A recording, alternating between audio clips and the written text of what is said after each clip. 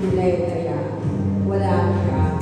Kaya bilang nanay, ako ay so blessed kasi meron akong dalawang engineer. Meron akong isang anak na businessman. Talagang, alam mo yun, hindi din kayang isipin na gagawin pa ito ng Diyos sa buhay. Kaya, ang nakita ko lang talaga doon, iba yung naglilingkod sa hindi naglilingkod. Kaya ang challenge ko, maglingkod tayo sa Panginoon at ma-amaze tayo sa kayang gawin ng Diyos sa ating buhay at sa pamilya natin. So, God the Lord.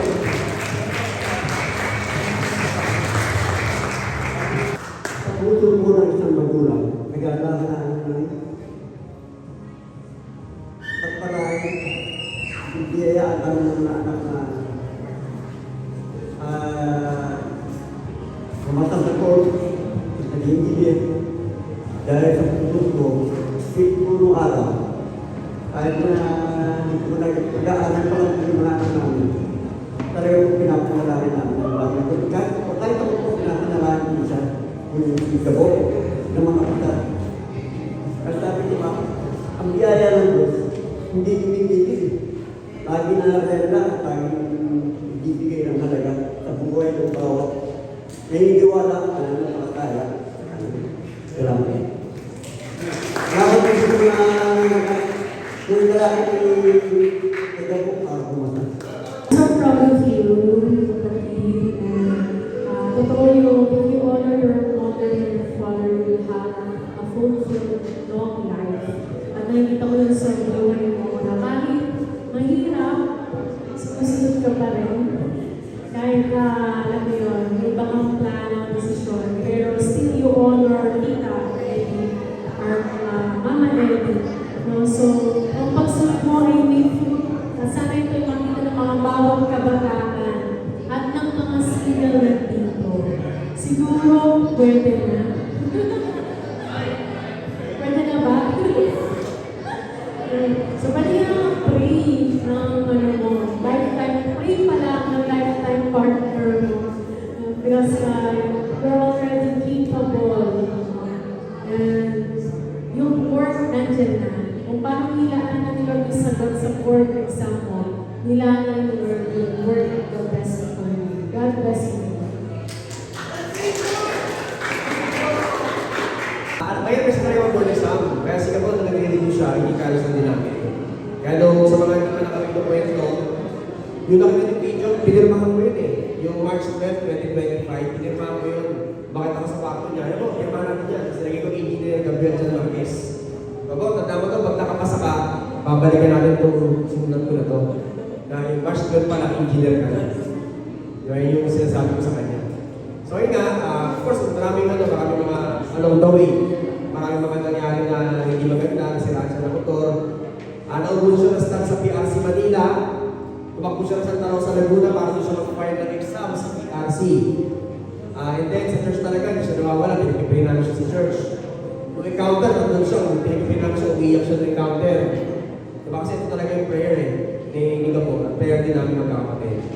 Nung unang exam niya, bago siya mag-exam, ay chinat ko siya, sabi ko sa kanya, Bo, basta pagkatiwala lang meron siya nakahala sa'yo. Chinat ko siya, mga around, I think 12 ba yun? 11 p.m. yata yun, kinabukasan, exam niya na. Chinat ko siya. And then, nung nag-exam siya, nung unang exam niya, sabi ko sa kanya, Bo, kamusta exam? Yan, babal din yata ako yan. Mahirap.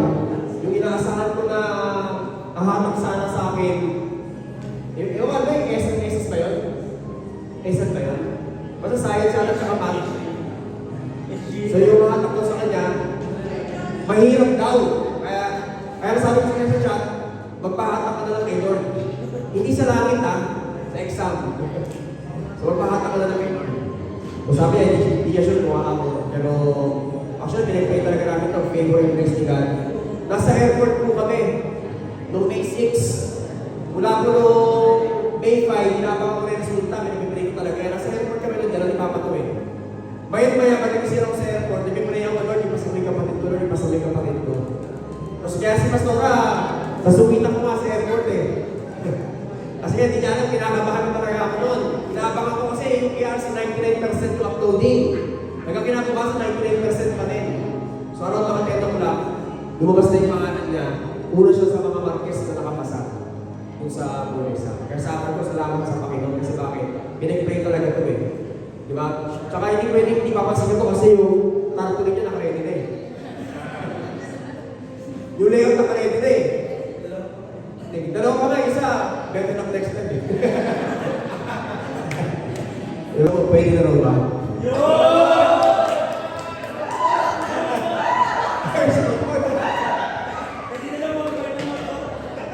Pwede bang magpalitan ng mucho?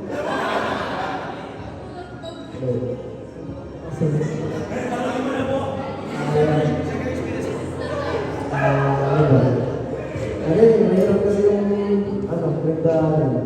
Ano po kasi ako eh, simula na nag-college, lagi po humabag sa akin. Lagi po ngayon, yung mga tropa ko. Bawal ka mo sa akin, hindi po habagsak kasi bagsak po kami natin. Nagkatropa kami lagi yung bagsak, kaya kami kakasama ko. So yun, nag-work sa ako, hindi ko siya papasa ko. Pinag-complain ko lang, Lord, makapasa ka. Kasi mahirap talaga siya. Kumbaga, sinasabi sa amin ng mga prof namin, kung dito pa lang, mahirap na kayo, paano ka pag nag-work siya? Parang, ngayon lang, natatakot. So yun, pinag-pray ko lang, tapos tinuloy-tuloy ko lang mag-ano kayo, pag-i-intel ko. Tapos, ayun, yun, thank you kayo, Lord, makapasa na.